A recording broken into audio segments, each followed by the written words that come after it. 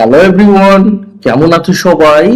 আজকে আমরা পড়ব ক্লাস 5 এর পেজ নাম্বার 53 পোয়েম।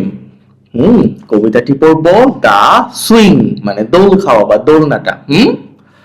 তো ইউনিট 10, চলো এইখান থেকে ওয়ার্ড মিনিং নাই খুব একটা, দেখো এখানে শুধু প্রশ্ন করছে।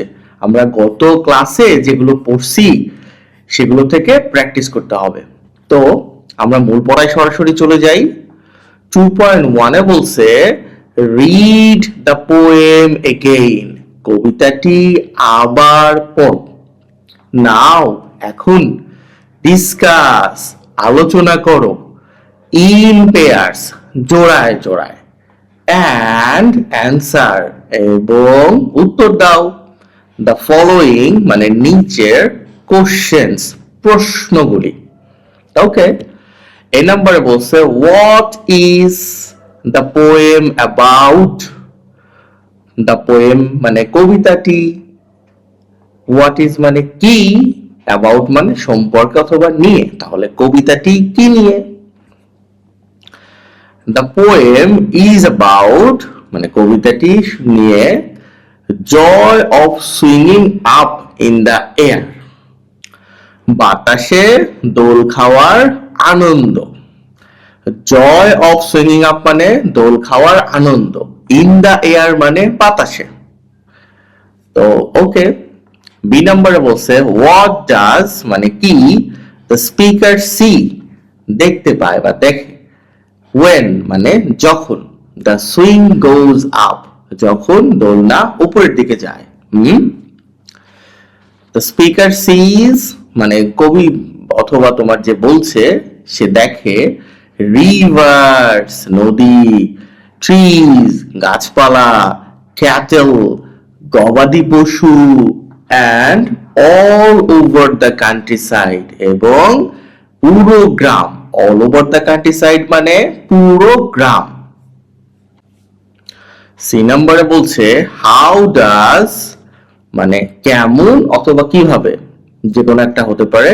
দ্য স্পিকার ফিল মানে যে বলছে বা কবি সে অনুভব করে মানে কি অনুভব করে, হোয়াইল সুইংিং যখন দোল খায়। The speaker feels very happy, speaker খুব মানে খুশি অনুভব করে। ডি নম্বরে বলছে ডু ইউ হ্যাভ তোমার কি আছে, এ সুইং একটা দোলনা, অ্যাট স্কুল স্কুলে, অর অথবা হোম বাড়িতে। তোমার কি বাড়িতে অথবা স্কুলে এরকম দোলনা আছে? যাদের আছে তো আছে, যাদের নাই একটা বানাই নিও। হোয়াট ডু ইউ সি তুমি কি দেখো, ফ্রম ইট এটা থেকে। তো আমি একটা স্যাম্পল অ্যান্সার দিয়ে দিছি, তুমি চাইলে ফলো করতে পারো। Yes I have a swing, হ্যাঁ আমার একটা দোলনা আছে। অ্যাট স্কুল স্কুলে, ফ্রম দ্য সুইং এই দোলনা থেকে, আই সি আমি দেখি, মাই ফ্রেন্ডস প্লেইং আমার বন্ধুরা খেলছে, দ্য বিগ ট্রিজ বড় গাছ, অ্যান্ড দ্য ব্লু স্কাই এবং নীল আকাশ।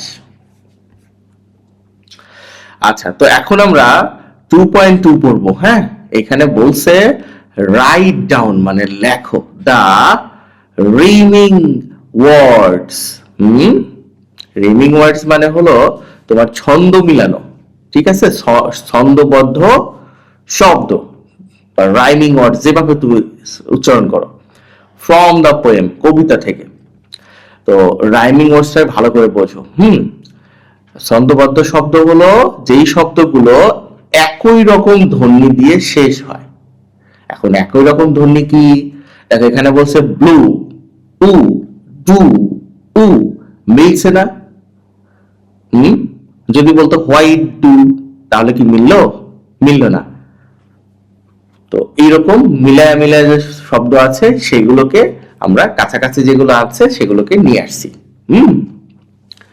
তো এটা কেন ব্যবহার করা হয়? শুনতে ভালো লাগে, বুঝতে পারছো? তো আমি কবিতা থেকে নিয়ে আসছি, তুমি এগুলো খাতায় লিখে নিতে পারো বা স্ক্রিনশট দাও। ব্লু অ্যান্ড ডু, এগুলো ফিল ইন দ্য ব্ল্যাঙ্ক ছিল, শূন্যস্থান ছিল, পূর্ণ করে দিয়েছি।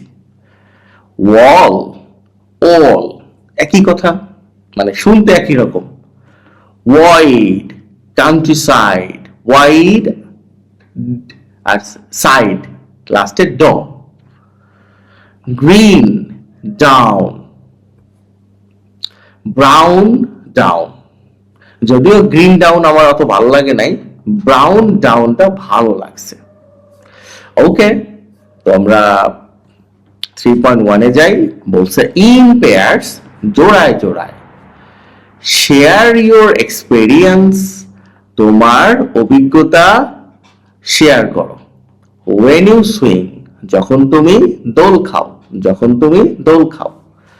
Draw a picture of your, draw মানে আঁকো, এ পিকচার অফ মানে একটা ছবি আঁকো, অফ ইউর মানে তোমার, সুইংিং এক্সপেরিয়েন্স দোল খাওয়ার অভিজ্ঞতা।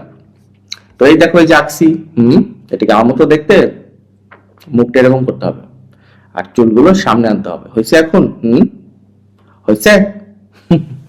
ওকে, তো তুমি এখানে একটা ছবি আঁকবা আর এক্সপেরিয়েন্সটা কেমন তার একটা তোমাকে ইয়া দিয়ে দিচ্ছি, এক্সাম্পল দিয়ে দিচ্ছি, তুমি এটা ফলো করে নিজের মতো লিখবা।